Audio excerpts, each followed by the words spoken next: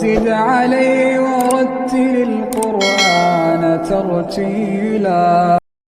تو پچھلے سبق میں ہم نے پڑھا تھا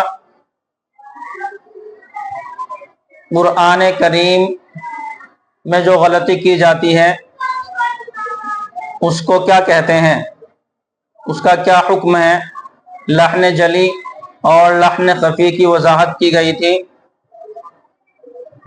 تو آج ہم قاعدہ پڑھنے سے پہلے مخرج کے بارے میں جان لیتے ہیں۔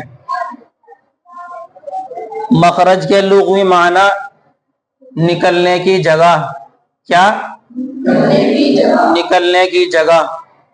اور اصطلاح میں مخرج منہ کے اس حصے کو کہتے ہیں جس سے حرف ادا ہوتا ہے۔ جی، منہ کے اس حصے کو کہتے ہیں جس سے حرف ادا ہوتا ہے۔ جمہور کے یہاں مخارج کل 17 ہیں اور حروف تہجی 29۔ کتنے؟ حروف تہجی 29 ہیں۔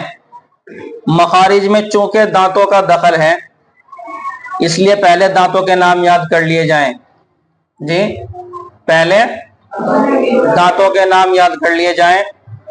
سامنے کے 4 دانت جو ہیں یہ کیا کہلاتے ہیں؟ ثنایا۔ 2 دانت اوپر کے اور 2 دانت نیچے کے، ان چاروں دانتوں کو کیا کہتے ہیں؟ ثنایا۔ اور اوپر کے 2 دانتوں کو ثنایا علیا اور نیچے کے ثنایا سفلا۔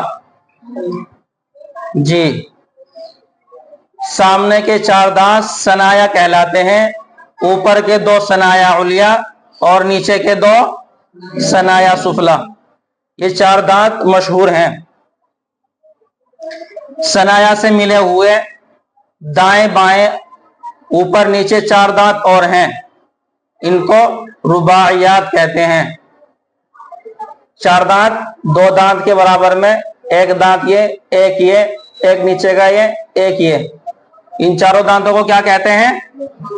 رباعیات۔ ثنایا علیا کے برابر میں جو 4 دانت ہیں ان کے برابر میں، ثنایا علیا کے برابر میں جو 4 دانت ہیں ان کو کیا کہتے ہیں؟ رباعیات۔ اور رباعیات کے برابر میں رباعیات سے ملے ہوئے دائیں بائیں اوپر نیچے 4 دانت اور ہیں، ان کو کیا کہتے ہیں؟ انیاب۔ ان کو کیا کہتے ہیں؟ ثنایا علیا کتنے ہیں؟ 4۔ اور ثنایا علیا کے برابر والے ان کو کیا کہتے ہیں؟ رباعیات۔ کتنے دانت ہیں؟ 4۔ اور رباعیات کے برابر میں کون سے دانت ہیں؟ انیاب 4۔ اور ثنایا علیا کے برابر والے ان کو کیا کہتے ہیں؟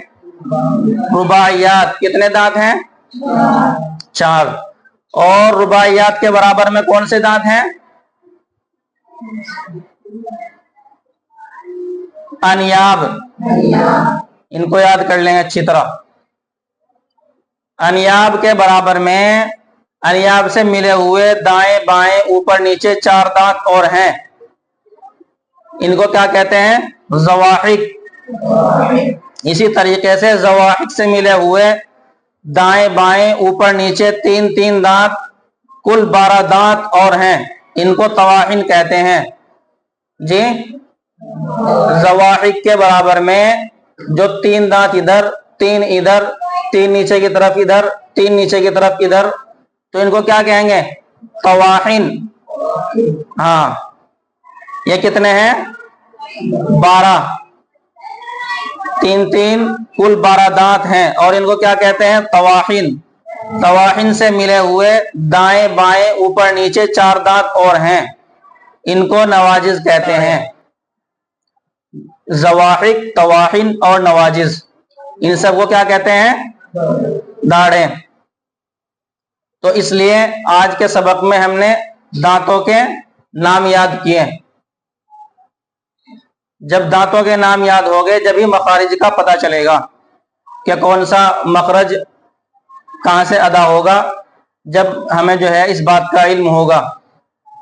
اور اسی طریقے سے زبان ہے, زبان, یہ زبان ہے, یہ دائیں کروٹ ہے, زبان کی یہ دائیں کروٹ ہے اس سائڈ کی, اور یہ بائیں کروٹ, جی یہ بائیں کروٹ, اور یہ جو گولائی والا حصہ ہے, یہ گولائی, اس کو کنارہ کہیں گے, کنارہ, زبان کا کنارہ. اور یہ بھی اس سائڈ والا بھی کنارہ, یہ دونوں کنارے ہو گئے. اور یہ بیچ میں زبان کی نوک, جی کیا کہیں گے, زبان کی نوک. یہ کیا بتایا, یہ زبان کی کروٹ, دائیں کروٹ, یہ بائیں کروٹ, اور یہ زبان کی جو گولائی یہاں سے نظر آ رہی ہے, اس کو کیا کہیں گے, کنارہ. اور یہ زبان کی نوک. اور اسی طریقے سے کی جڑ, یہ ادھر والا حصہ, یہ زبان کی جڑ ہے, اور یہ زبان کا بیچ ہے.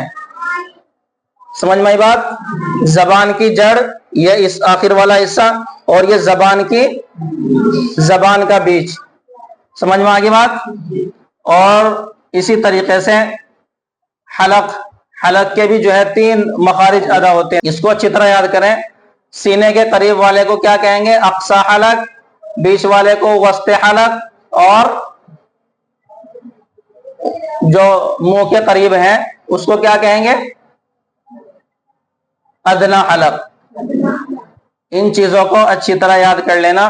اور پھر انشاءاللہ کل سے نورانی قاعدے کا آغاز شروع کریں گے, اور حروف تہجی کے جو پہلی تختی میں 29 حرف ہیں, ان حرف کو کے مخارج یاد کریں گے. جب ہم جو یہ 29 دانت ہیں, ان دانتوں کے ہم نے نام یاد کیے ہیں, یاد کرنے کے بعد ہمارے لیے مخرج کا ادا کرنا بہت آسان ہو جائے گا. تو اس لیے سبھی بچے ان دانتوں کے نام اور جہاں سے مخرج ادا ہوتے ہیں, جو چیزیں آپ کو یاد کرائی گئی ہیں, ان کو یاد کر کے